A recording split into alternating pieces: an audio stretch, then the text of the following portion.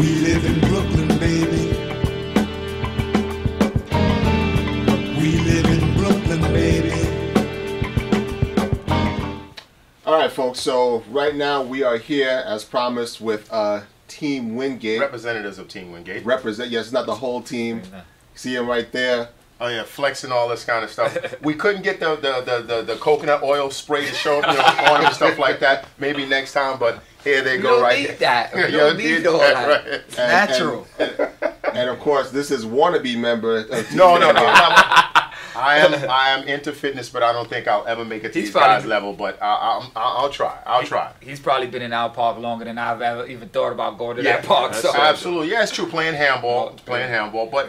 So to the immediate right of us, we have Jomo, and then we have Doc. Now, that's correct. Now they call him twin also. Twin. Oh yeah, there is a twin who's who's not here, he's but about twice the size of the twin. I wanted to ask a question though, because back in the days when people used to dance and stuff like that, they had these monikers.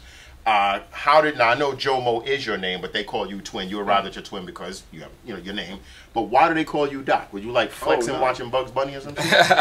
Doc stands for Director of Calisthenics. Director of Calisthenics. So it's like stands for me. Yeah, that's right. This whole time I wanted to bring you carrots and make jokes and shit. And you can still bring carrots. I love baby carrots. No, I'm not making no jokes. You flex. So okay, so that's what it is now. And how many members are there in official members in Team Wingate? It's difficult to tell how many official and unofficial because we're like a family. We're not like a group where you have to sign papers and pay dues. It's a family, Yeah. So we all been training together for so many years. We know some of the guys that are in the team since they were teenagers. They're grown men now, Yeah. So, man, maybe like 40 people. 40 people. Yeah. And is there an entry test or something like that? No. There's no Okay. entry test. We just work out together, and when it gets to a competitive level, you know it because of what you're capable of doing. So there are guys at the top already. Okay. We do things at a very high level, and there are guys who can't do those things. Oh, okay. But in time, Is that because there's you'll no drug see. test? like we preach pure natural. So okay. So I would even if hope- it was a drug test, honestly, I would hope everybody would be good. In what we do, I really don't think there's a drug that's going to help you. I think For what you do? I think there's a drug that'll help you look a certain way. Definitely, But you'll won't look incredible. allow you to have the strength and stuff But like that. But in terms of the muscle endurance needed to perform the way we perform, I don't think it's a drug that I think it actually will work against you. Now, I'm glad you mentioned that as far as the muscle endurance, because I know you personally, we've had conversations. You were talking about the guys on the internet, doing all of the tricks, spinning around, doing this other kind of stuff.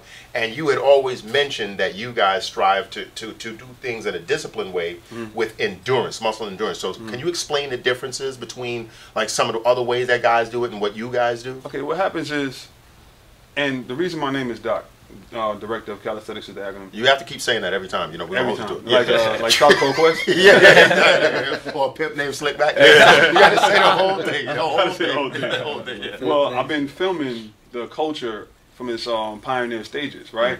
So we used to just put our highlights up on YouTube.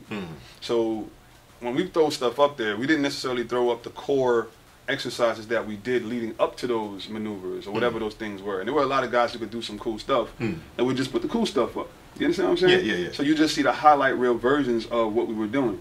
So as the culture started to progress and it started to grow, people just grabbed the flair from it, not necessarily asking about the core things that you had to do to get to that level. Well, I see what you're saying. Because we never gave that information. We didn't know what we were doing in terms of building a culture. We didn't know that it was all about one-upsmanship pretty much. It's like, oh, what you just did? I'm about to, I'm about to show you up.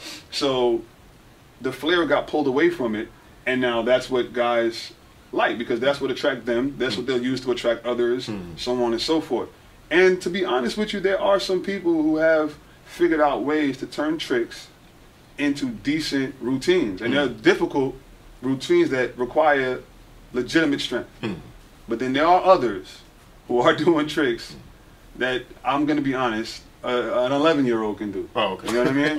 I'm going to be Not honest. just an in-shape 11-year-old or just any, Twinkie probably just 11-year-old? any energetic 11-year-old. Oh, okay. You know what I'm saying? Could Yeah. do it. But that's the culture.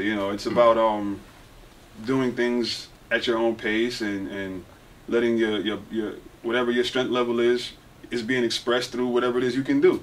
People who are into fitness, they'll always be able to tell the difference. Oh, okay. You know what I mean? Like when you see Like if I look at CrossFit, which I think is dope. Well, see, I wanted to touch upon that, you know, in a second. I almost haven't But jumped. you got a point. I got to interject. The only thing I don't like comparing calisthenics to other things, but the way, like he said, I look at it as if you look at gymnastics, you see the flair, you see all the aerobics and everything that they do, but you don't know but you never see what they do to get that physique, to get to the strength, to get to the strength to do those things. You don't know. They've been training since they was little. They've been lifting weights. They've been doing squats, push-ups. And a lot of people don't know that. They just see it and see the body and think, oh, I can do all of this from just doing that, flipping around, or pommel horse, uneven, you know what I'm saying? It's stuff like that. You know, I always looked at that and I was like, that's cool, but I already knew to get the body to look like that, you still got to do push-ups, pull-ups, lift a little bit of weights here in between, so whatever your to build it up. Yeah, before you even try to do those type of things. Right. You understand? So that's how I look at it, and that's how I explain it to people and equate it. Yeah, it's just like you just sat down and watched, you know, Dominique Dawes, or, you know, I'm showing my age now. You know, get up on that pommel horse, right, or you know, do the uneven bars, and you're like, wow, I want to do that. But then you go out and you jump up on the uneven bars, you're like, how the hell she? Because you didn't put in the work. You understand? Because you didn't put in the work of the core basis. Right. They already put in the core basis, but nobody shows that because. Well, I guess like I said, it's not appealing to the eye. Yeah, it's not appealing to the It's not a highlight. There are moments when there are moments, but it's usually that's how it started. Usually, the people who check for that are people who are already into fitness. Okay, so they're just trying to take it to another level for them, or expand themselves in a way. You think? Well, I think that the people who use the tricks, their audience is usually people who aren't necessarily into fitness. It's just an entertainment value of what they're doing. Now, just if you can, give an example of 1 or 2 tricks for people who've never seen you guys or seen this type of stuff before. Like, what's a trick? That, you know, guys do? Yeah, I guess it would be. Wow, it's hard to say what a trick is rather than to show you. I mean, there's anything that's. Well, I think I could describe one that I see. I see when you guys do the muscle, or like a pull-up, and some guys do pull-ups, and then they'll just spin, do a somersault over the bar. Now, you know, that's one. Yeah, that's a trick, definitely, right there. Yeah. I think that's I think anything where you're like using creativity to create. I mean, use creativity. Releases. You use it, right. People that do releases also. I mean, anything your mind can say. All right, I want to just try this. It's a freestyle, so to speak. You know. So what about one that I saw, like you do the pull up, but then you. That's not a trick. That's a muscle up. That's actually an exercise. That's a trick for me. It's a trick for both. Yeah. So but that's actually a standardized maneuver right now. We actually help make that a standard move. That's right. Because when we did the first muscle up competition ever. Yeah, we did that, and then once, like we said, he films it, and then a lot of people, most people see it, and you got the workout dudes, you got the calisthenics dudes, you got, of course, the gymnasts, and then you got the heavy weight lifted muscle dudes, like guys from Cali and stuff like that started to do muscle ups when it wasn't the norm. People were coming up like, how you do that? It's like a pull up, but you go straight up with it, and it's like, how do you do that? And then more people started doing it, and then now it's like become worldwide. This stuff is not new, Yeah, it's not new. This is old school stuff. This is stuff that's. Well, I mean, wasn't that like when people was trying to break into somebody's apartment? They jumped up on the windowsill and then they had to like. I'm just saying, so they had to like, yo, straight up, you hanging on the window, you gotta. But not everybody. No idea. But not everybody has strength like that. You understand? I get what he's talking about because I've hung out. You do? Yeah, because I've hung out on one of them before. Yeah, really. All right. No incriminating things. But so. I myself, just started looking at a lot of this stuff. There's there's the YouTube celebrities that do this stuff. And to me, it seems to be picking up a lot of worldwide recognition. But then when I think about CrossFit, that's why I wanted to go back to CrossFit. They recently just had the CrossFit Games. I was checking them out on ESPN. And I know that you had, I have my own opinions of CrossFit, but since I don't feel I'm qualified, especially standing next to you two individuals, to actually, to say what I want to say. But what is your opinion on CrossFit? Because I personally respect them as athletes, but I think they're a little reckless in a way. Here's my thing with CrossFit. But that's my opinion. I think the disconnect with CrossFit athletes and fitness enthusiasts in general is the language. Meaning, if we're doing pull-ups, right? I'm glad you mentioned that. And they're doing pull-ups. It should be uniform in a sense where it looks the same. They're rebranding things. Right. Yes. So when you're calling what you're doing pull-ups, and then I know what I'm doing is pull-ups, and they don't look the same, it's confusing. Yeah. And if you're just going to belittle me and say I can't do what you do, then I'm gonna attack you back. Yeah. So I think that's where it all comes from, like where guys start to have friction between whatever. What he's mentioning is like they do these variations of and with CrossFit called kipping pull-ups, and it looks like they strap the fish out of water to the bar, and you're using every kind of momentum and leg waving. For those people old enough to remember the worm with breakdancing, when you're on the floor doing the worm. YouTube that. I'm dating myself. Such like a but that's basically what they're no, that's what they're doing on the bar. In order to get up, they're doing the worm, and that's what's bringing them over the bar. They're not actually doing a disciplined pull-up. Which is not using the muscle. Yeah, the CrossFit guys, and then also I've also heard. I've never spoken to one of these guys, but I saw online rather that there are a lot of injuries involved in CrossFit. Yes. So I think that probably has something to do with what the way they teach. The form, I think. The form. I want to attack these guys. No. Listen, this is information, bro. This is information because I mean, these guys. I want to deter anybody who likes from what I saw. From what I saw, them people are fantastic athletes. We just trying to. We don't want to knock nothing because we all convey health. That's right. And oh, come on, man. This is a we want you to attack. No, I'm on because y'all attack them. All right, what we've done over the years, we've been doing this for years. Thank God I've never been injured from it. Yeah. Or injury I couldn't come back from. You know what I'm saying? I felt pains from, what people call overtraining, because we do this every single day. Yeah, but I've never received... Overtraining master right here. No. We'll get into that. But we've never been injured where we needed surgeries and, 6 months of rest and things like that. That's something that you need to consider when you're training. It doesn't make sense, in my opinion, to do something that's going to lead you to not being able to do anything with those muscles anymore. You know what I mean? I don't think that makes sense. And I'm not trying to attack anybody. I think CrossFit is dope in the concept of it. Yeah. Conceptually, what it is taking an exercise, taking a time limit, and making you race to complete it in that time frame. Whatever it is. So let's say we're doing push-ups. You give a 5-minute time limit, and you have to do a certain number by 5 minutes. That's basically the premise of CrossFit. They just have a bunch of different exercises, different things that they want you to do. So the concept, and that's actually our concept. Yeah. But it's dope. It really will get you in shape quickly. Well, what I liked, what I didn't realize during this competition, they didn't tell these people what disciplines they were going to be doing.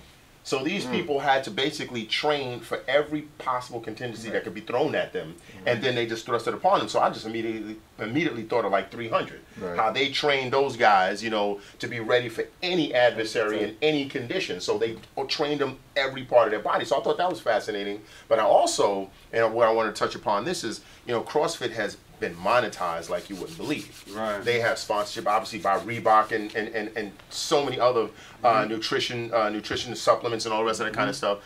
Where do you see what you do as far as in the bar workout or whatever? What is the name of what it is that you do? Because they have CrossFit. Is there a name for what it is that you do? Calisthenics. It's always been calisthenics. We just take it to the next level. So it's extreme calisthenics. Maybe you guys should think of branding. Maybe you guys should think of the thing is this.